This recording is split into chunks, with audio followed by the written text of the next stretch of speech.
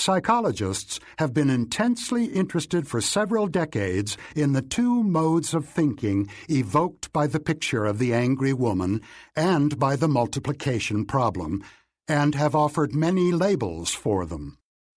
I adopt terms originally proposed by the psychologists Keith Stanovich and Richard West, and will refer to two systems in the mind, System 1 and System 2.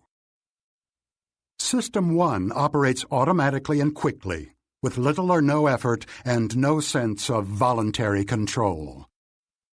System 2 allocates attention to the effortful mental activities that demand it, including complex computations. The operations of System 2 are often associated with the subjective experience of agency, choice, and concentration. The labels of System 1 and System 2 are widely used in psychology, but I go further than most in this book, which you can read as a psychodrama with two characters. When we think of ourselves, we identify with System 2, the conscious, reasoning self that has beliefs, makes choices, and decides what to think about and what to do.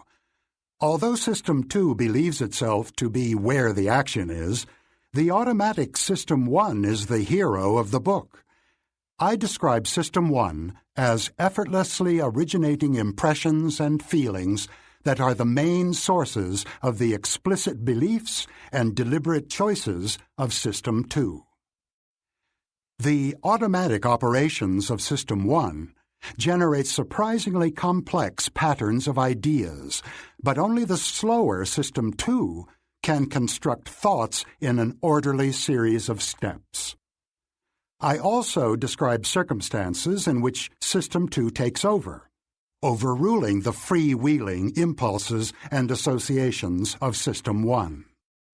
You will be invited to think of the two systems as agents with their individual abilities, limitations, and functions. In rough order of complexity, here are some of the examples of the automatic activities that are attributed to System 1. Detect that one object is more distant than another. Orient to the source of a sudden sound.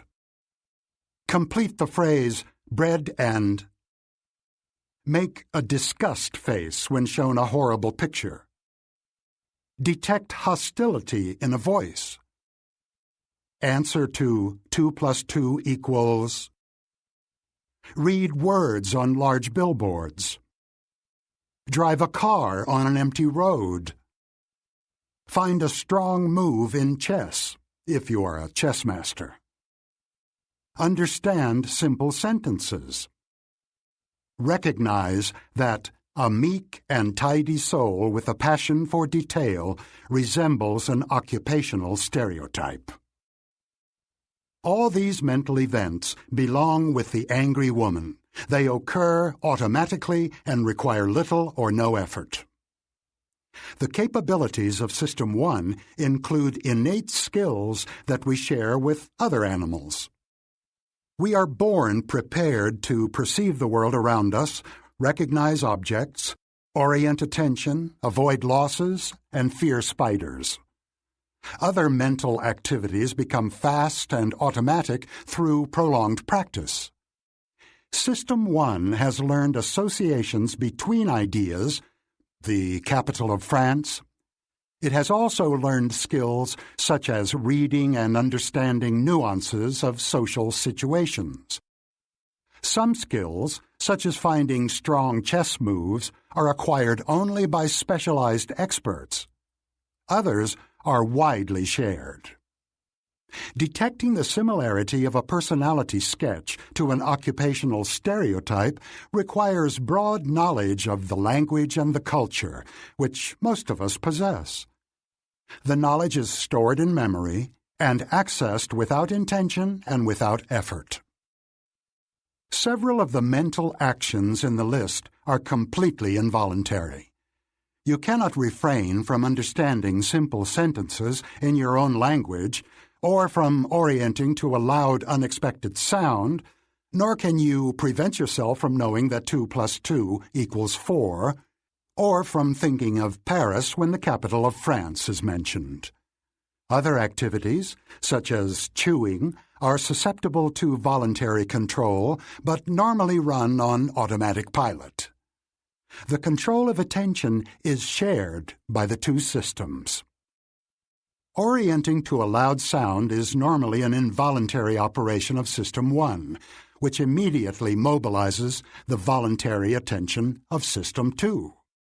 You may be able to resist turning toward the source of a loud and defensive comment at a crowded party, but even if your head does not move, your attention is initially directed to it, at least for a while. However, attention can be moved away from an unwanted focus primarily by focusing intently on another target.